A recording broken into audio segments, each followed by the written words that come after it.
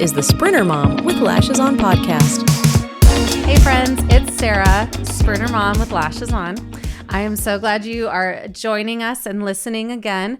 It's actually a very special day today because I have my first ever interview and guest. It is my very best friend, Priscilla. And she actually, when I asked her to come on the podcast, my very official podcast, she said, well, don't you want someone important? And I'm like, that's the point. You are important. So I'm so glad she's here today. I know you guys will love listening to her as well. She's got a lot of wisdom, a lot of boys, and a great heart for the Lord. So here we go. Oh, thanks, Sarah. I appreciate you having me on your podcast. Of course. I wanted to start out asking or kind of like letting people know, where does our history start? So like, how did we even get to know each other? Do you want to explain that? I sure can. Our darn husbands. I remember my first memory of you, Sarah, was at one of our husband's friend's Christmas party. I remember that too. Probably around 2010-ish, maybe. Yeah. We just had our first babies back then. And I remember it was a great party, so fun, and mostly older people though. And us two were kind of on the younger end. Our husbands were in seminary together. And I just remember they had a dance floor and not too many people were on there. But lo and behold, Ryan and Sarah dominated that dance floor. I remember you had like a short, bright blonde bob. How funny that you remember that. I remember it, and I was like, these are fun people. All right. So that was my first memory of Sarah and Ryan. Yeah. I don't even remember dancing at that party. I remember seeing that they had chefs come in and cook for everyone. And I thought, wow, this is what it's like to be married to a doctor. Not a doctor of psychology, an actual doctor. But I too remember, like, because you're always looking to connect with people. And he was like, Kevin was one of the few that he really enjoyed. And I was like, sometimes seminary wives are different.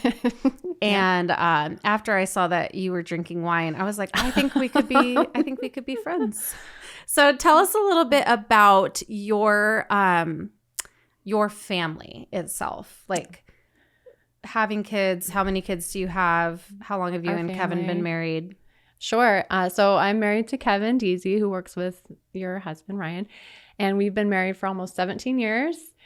We are Arizona natives, grown and raised, and we have 4 boys, all 13, 12, 10 and 8. Can you say their names? Because their names are classic.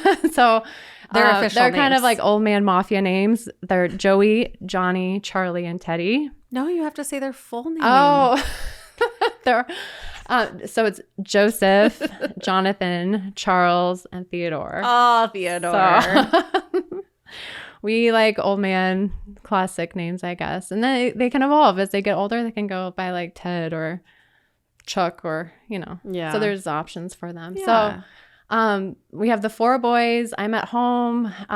We're a homeschool family. Well, more or less, it kind of changes each year as depending on what's going on. And so that whole process has been humbling, but I've grown a lot through navigating the whole school realm and things like that. So we live in South Phoenix near Levine, and we love it down there. So how would you describe yourself? Like when you were, I remember, because we were both young parents and we both had multiple kids. Like, do you remember, so you're in Cave Creek, right? Mm-hmm. Do you remember in your house, can you explain, some of your room situations and what it was like for the 4 boys? And 2, can you describe what you do remember from that time period? Because I feel like you black out a lot of it. We've talked about that before. Mm-hmm. Well, my heart goes out to moms with young kiddos because it's kind of like being a soldier in war. You're always on guard, trying to protect everyone, make sure everyone's alive, that they're getting what they need. Kevin and I, we don't plan a lot of things out, but having kids was one of them. And so we have our boys within 5 years and 2 months apart. So they were really all like babies at the same time, as you know, and experience. But you just do what you have to do at the time being. And so starting off as a young family, we had like a 1,500 square foot house, which was great. And at the time, we didn't know any different. So we made it work. We had a good friend, actually, his name was Mark. He's a carpenter, and he made a triple bunk bed for our boys before we had Teddy. So we could stack them all up. And poor Joey, he was like at the very top, like a few inches from the ceiling. We're like, you're fine. It's like a little hut. Like, just get up there. And then we had Teddy, so we put his crib in the same room. So at one point, for a while, the four of them were like snug tight in that little room. But they loved it, and it was fine for what it was. And you can't do it How now, do you do obviously. homeschool in a 1,500 square foot home with 4 boys? Yeah. You can go outside a lot. Okay. Fortunately, we have nice weather, but yeah, you can just make it work. Homeschooling can be as simple or as complicated as you make it to be. And so I've always been on the simple side. We're involved in a community called Classical Conversations. So we get together with a group and we keep it very simple. And so lots of memorizing and just simple ways of doing that. So let's go back to homeschool though. Okay. So with a family and 4 kids, like for a while, your kids were in public school. I know that I feel like with moms, there's this stigma of, the homeschooling. The long jean Or skirts. now I really feel like it's shifting because so many people are choosing to homeschool because of the schools and the choices and politics and all that. But I feel like you've always pegged me as someone that would homeschool, but it was never like, but you're not defensive of it. I don't think people care that you like it's never been a big, huge, like in your face, like this is what we're doing and you're doing it wrong. It was just like, no, this is the personal choice for my family. Like Right. What made you go from public school then to choose to homeschool, but then now shift out of it slightly. Right. That's a great question. And I just wanted to take a moment to say, as a mom, I think it's easy to get stuck in one way and maybe criticize the other way, like homeschooling's right, anything else is wrong, or going to school is right. And I just feel like God's grown me a lot in that sense that there's good and bad to either and each kid is so different to really like be prayerful about who they are and what best fits their needs. It's so important as a parent, not just pushing your agenda or your preconceived notions on how it should be, if that makes sense. So with that said, we've been kind of all over the board as far as homeschooling. So I was actually homeschooled as a young child, and we lived in Sedona. So we joke about how it was kind of like a hippie environment. And yeah, I'm surprised you love the Lord. You're not over here throwing crystals at me.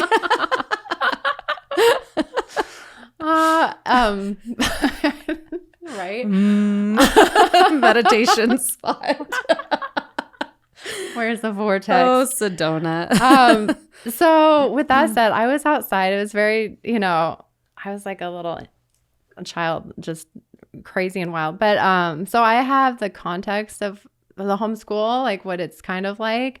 It's so different, obviously, now that a few decades later. But so I assumed we would homeschool, but we lived in this great community, and our family's all about like being on mission where you live. So Kevin, my husband, said, why don't we get plugged into the school? I've heard great things about it. So it was hard for me, especially with Joey, our eldest. I'm like, should we? And it was a hard decision, and it was a step of faith, but we sent him, and it was a great experience. And so we sent our second son, Johnny, the next year.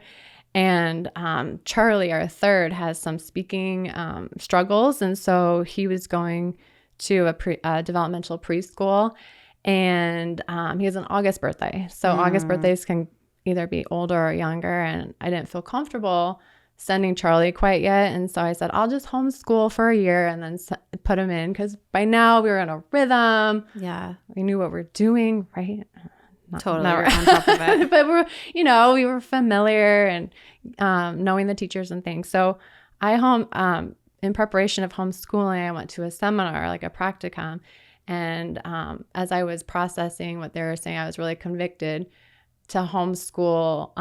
It's my responsibility as a parent to pass down our faith and values. And just the time that school takes when, you know, away from your child. So I ended up pulling Joey and Johnny out very last minute, and everyone was surprised, like, wait, what's going on? Especially Joey, because he had some really good friends, and he's like, what's going on? You know, why are we all homeschooling? And I just said, I don't know. I just feel it on my heart. So we're going to do it. And I really did enjoy it because they're so little. It's not difficult. I mean, they're learning their numbers and letters, and so nothing too crazy. And then we were fortunate because shortly afterwards was COVID. Oh, that's right. So when everyone was forced to do online school or everything, we were kind of in a rhythm, and so it worked out. Nothing really changed for you. Right. You're like, COVID, what? We have to stay here? We are here. If anything, it was the neighbors coming over to be like, come out and play, or like, let's go drinking in the driveway. Yeah. And I'm like, we got to finish school first, guys. And then we drink in the driveway. That's so true. So, but with that said, our eldest, Joey, he is on the spectrum. We're very highly functioning, but he's very like black and white. And I think homeschooling was too abstract for him. And so I did my best trying to get like a desk and have structured time. And for him, he's like, this is not school. Or yeah, it doesn't look like school. We really butted heads. So 2 years ago, my husband said, let's send him to school. And at that point, we're so used to homeschooling. I said, I don't know, I'm nervous. But we sent him and he's thriving. This year, we sent Johnny to the same school. And I feel like God's blessing, and you're being faithful in what I'm asking. And God's with your kid, and God's with you. And ultimately, they're going to grow up and go, and you just have to surrender that anxiety, I feel like, in any situation with your kids. So currently I'm homeschooling the 2 younger ones, and I love it. I feel like I kind of know what I'm doing now by the time I get to them. So we're having a great time, just spending lots of time and making memories together. And who knows next year what that holds. But so that's kind of where we're at with our homeschool journey. I remember with Joey, didn't he write you a letter one time because you took him out of school? What did that letter say? He's not very kind all the time because he is black and white. I'm trying to remember. I think I kept that letter for a while. It was all the persuasive reasons why he should go to school. And one of them was so he doesn't become homeless. So he's like, this isn't a real education. I'm going to end up homeless amongst other things. But he was always so mad at you. I feel like he still is, but he's 13, so. Oh, it's always our fault. All the things are always our fault. But they have sweet moments too. Yeah, so sweet. And I would say that I think with homeschooling, and that's where, especially now that you have just two in school and 2 at home, I feel like that's such undivided time when you do have multiple kids. Are there other ways? And I know there are. Like, can you describe some of the ways that you do try to individualize time as a mom of 4? I mean, I like to say I'm used to saying I have 6. I have 9, but I think for a mom of multiples, like, what are some ways to individualize time with your kids one-on-one so that I mean, because if our kids are in school all day and you do have limited time, what does that look like for them before they're 18 and making their choices and for sure and don't want to be around you anymore? Oh, that's so sad. Shh, I'm fine. Everything's fine. Everything's fine. Our cup says that. I'm fine. Everything's fine. Mine's empty, but this is the cup. Yes. Right. How do you individualize time with your kiddos? That's a great question. I think the first acknowledgement is like being aware of it, right? I think as parents, you can just go through life without thinking about it. So being aware of this, and it doesn't have to be anything crazy. I think it can be like small moments of, seeing your kid in the kitchen. Johnny loves being in the kitchen, so I'm thinking of him, and instead of just carrying on with all that I have to do, take 5 minutes, go stand with him, like look at him, and give him undivided attention and just say, what are you doing? Share with me. And I think that opens a gateway of, what is going with him. I think at night, taking time, even though I am a pumpkin and I love to go to sleep early. So true. Like 8:30, I'm like, all right, I'm done. But taking the time and sitting down at each boy's bed, saying, you doing okay? Like, how was your day? I try to read with the two younger ones. So Charlie was just on a kick of listening to Harry Potter. And so I would try to go and listen with him. And so doing that, and then we go through spurts of being really good at it and then not being good at it. But we tried once a week. We were doing Thursdays and have one boy stay up later and just with Kevin and I, and they can choose whatever they want to do. I mean, within reason. But like play a video game or play some kind of board game or just talk, or Johnny asked to let's read jokes to each other, or just conversing and get both of us giving attention to that child. And so we didn't think it was a big deal. It was like 20 minutes, but they kept track. They're like, next week's Charlie's week, or like Johnny was last week. And so it's really important. They love that time. And I think if you're intentional, like I have to put everything on my calendar, reminders. But I think it's so worth it. And they remember those things, you know? Yeah. So. And you hope that they take that on with their own kids. And it also gets you spending time with Kevin because Kevin's probably really busy. Tell us, what does Kevin do? Just kidding. So your husband works with mine. Yes. Can you share? Well, they met in seminary. And then what are some things that Kevin's done to get to the place of working at Ohana? So typically people that go to seminary are going to become pastors, right? And so that was Kevin's path or his direction. Does he have an MDiv? MDiv? Or not? I remember there was controversy with the MDiv. Some people needed the MDiv. He does. Oh, he does? Good for him. Yeah. Ryan does not. No. He said nope. And then they changed it like right after the requirements. So Kevin crazy. was not happy about that. Aw. But he does. Master's of so just he was going to be a pastor. He was going to be a pastor. He was at a church and it was just not going well, as people in the church realm can identify with sometimes. But so anyways, he was just applying. And then the other choices were like Kansas, or no offense, but like small Midwest, like small towns where we didn't feel excited about. So it was just, I felt like running into walls and closed doors and things like that. And so one night, Kevin sent out like 12 applications. He was just like throwing it out there. And the next day, Ryan called and said, come work with me at Christian Family Care. It was literally the next day. And so, you know, Kevin's running this way, or trying to. And then it was like a huge like change to, oh, could this be a possibility? And so it just seemed to fit, and Kevin was so much more happy. And then a year or two later, Ryan's like, I'm doing my own thing. Come with me. And Kevin said, what? And so he came and he asked me, he's like, this is kind of a big, even more of a shift, a shiftier shift.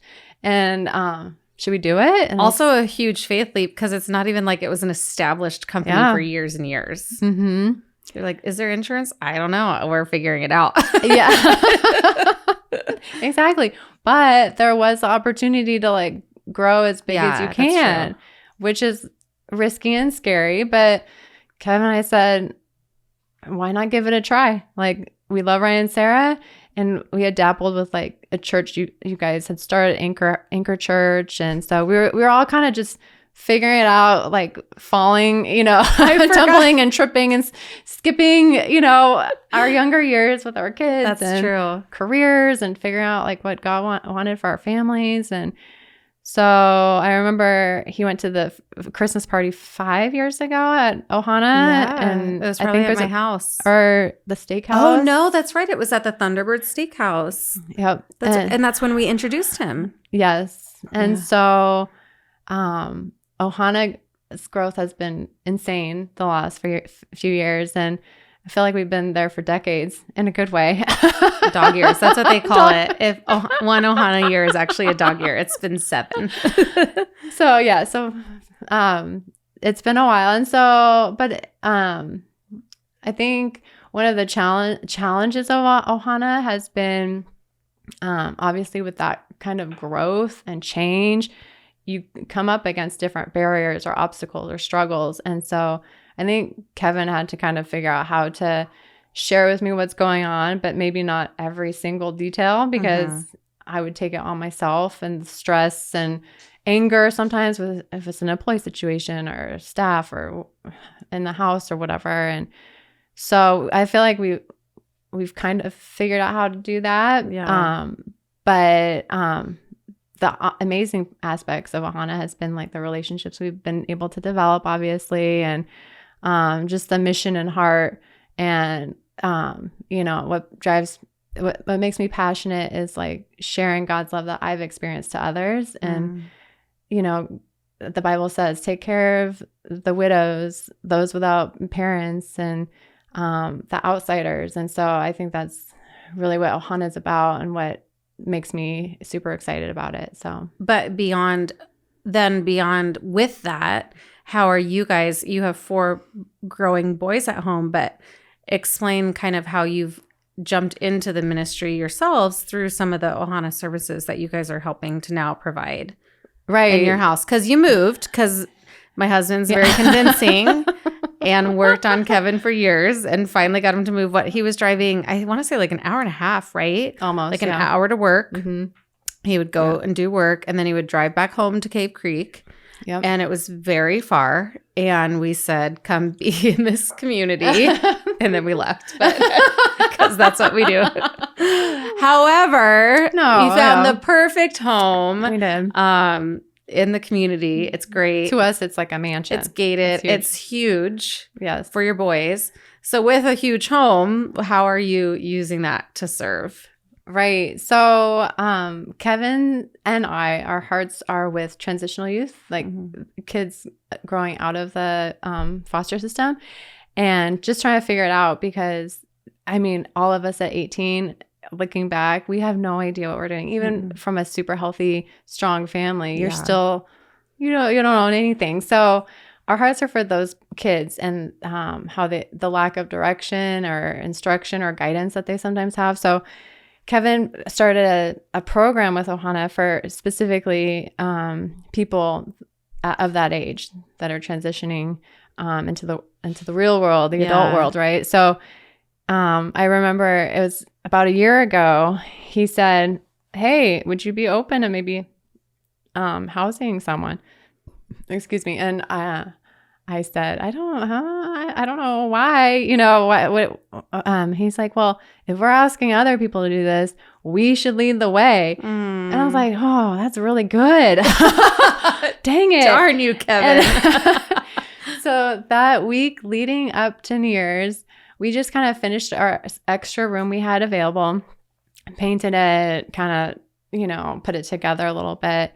We had a lovely gal come and interview. I think it was January 2nd. She looked around. She's like, I really like this place. I want to move in. We said, sure. When? And so 2 days later, she was moving all her things in. So it was super fast, of course, Deasey style. But I was going to say center style. Center style. We do everything fast. Well, you want to move in? Okay, tomorrow. It's happening. So she moved in, and it's been, an up and down ride. It's a ministry. We've had some struggles where she's pursued her boyfriend, where he wasn't the best. He was abusive. And instead of writing her off, we stuck it out. We bought her a plane ticket. She said yes, and then changed her mind. And then finally, about a month and a half later, I got a text saying, I'm coming back. Can I stay with you? And we had a couple other people staying with us at the time. And I said, we can put like a room divider in our den, and you can sleep on the mattress on the other side with like no door or anything. She said, I'll take it. Like, I want to come back.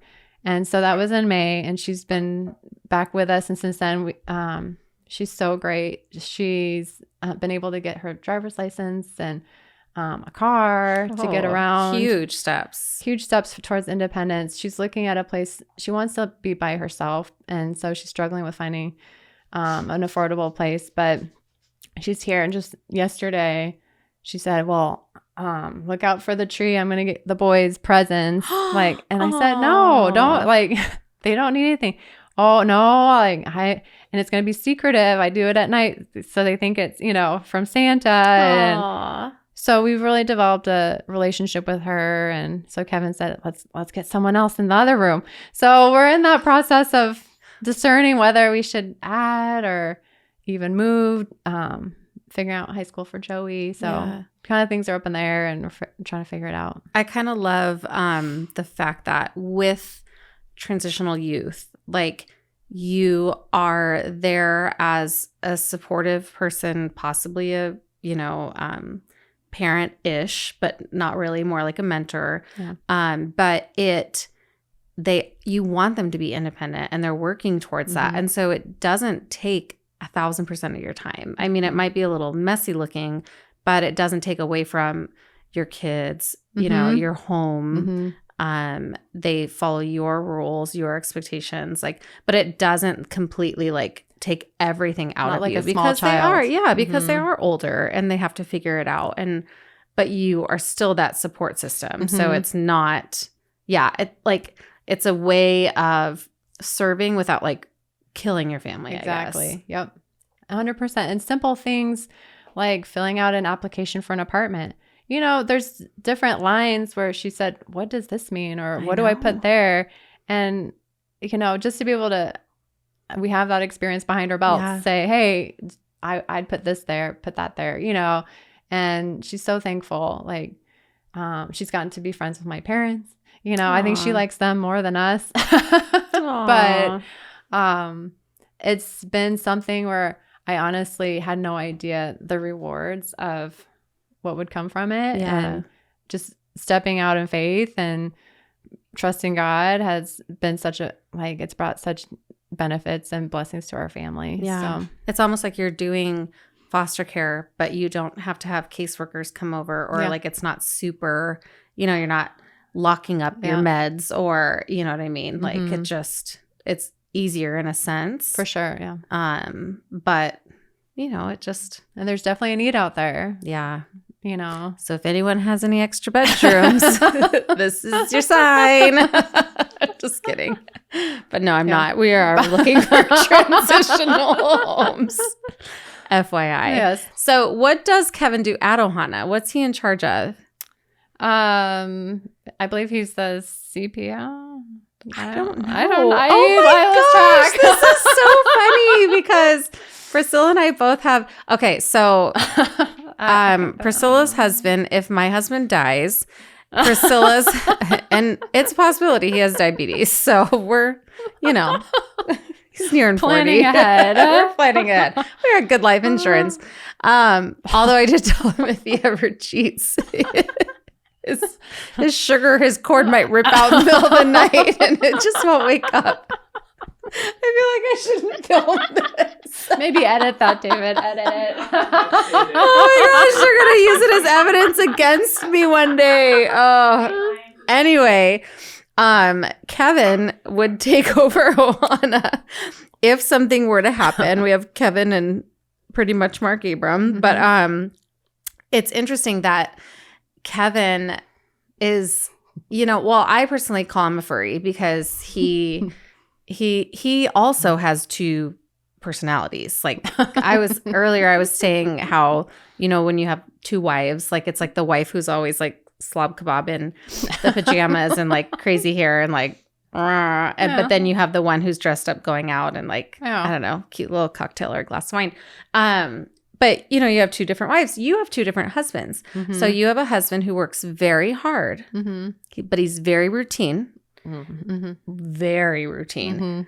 But then randomly he'll dress up as a character and he's a different person. He's a different name, sometimes Bob, but he has all these different names and he just loves it. You don't even know who he is. Where did that come from? Is that a bedroom thing? Is it I say furry. We're looking up a furry convention for him. what is this? I So don't we don't even- know what he does at work. We know it's something serious and that he could take over the company, but we also know that he dresses up as characters on a Yes. monthly basis. Oh, for sure. We have bins of costumes at home. And I where don't does he even get know. that from? It's not like he gets it from his parents. No. No. He just loves, I think it's his way of giving to others. He loves making people laugh and feel at home and comfortable. He likes to laugh at himself. And so he, even going back to when I met him in college, like he and his roommates, they would, I don't know if this is appropriate, ass pants. Like they just would cut holes in their butts, like, and their pants and like run around and like. That was a Christian college, right? This is what they do at Christian colleges. That was not what I was doing in college. Just kidding. Also cut out. Wait, they call it ass pants? I think there's pictures like somewhere that they took. And they just did it for fun. Yeah, they had lots of fun in college. But to this day, like he loves dressing up like as a leprechaun on St. Patrick's Day, dressed up as a turkey in the turkey trot, and he got first in the friggin' costume. Levine turkey trot. Levine turkey trot. First place. He got the turkey beat by a woman, but I'll edit that he out. wasn't happy about that. But yeah, and then him and our friend Andrea like to dress up for Big Thursdays, and at work to like, again, for the people to feel more, I don't know what the word is, relaxed at home. Yeah. You know, less, more focus on them than. Well, and I guess that in some sense, work is, especially for like a lot of the managers and stuff that run the group homes, like work is really hard. Mm-hmm. It's really heavy. Mm-hmm. There's a lot of really sad stories. So I feel like you do have to have some of that. Alleviate. Yeah, the alleviation or like laugh, humor, the fun, because otherwise you could be sad all the time and you don't want to be sad all the time. You don't want to bring that home. Right. And so that reminds me that Kevin, who is so good at being a furry or dressing up, he also has this really creepy smile. And with that creepy smile, I made car air fresheners last year for Christmas and gave it out to everyone. I loved it. And so you would be walking around and you would see Kevin staring at you, but it was an air freshener. It was actually a Hawaiian air freshener, which totally They smelled really good. Yeah. I know. And they ran out. Kevin was so popular. His face was. I gotta make more. That reminds me. All right. Yes. So I don't want to keep you forever. There's two more things I want to ask you. To wrap up, one is in my head. Oh, how do you, so as a mom of four, always on a budget. I know we spent time really on a budget, and then our budget grows a little bit as we get older and, work gets better or whatever it may be. But what does your self-care look like? What does self-care look like to you? How do you take care of yourself, whether it's material or face stuff or, spiritual? Like, how do you take care of yourself with having 4 boys and a husband and just a busy life? Yeah. That's a good question.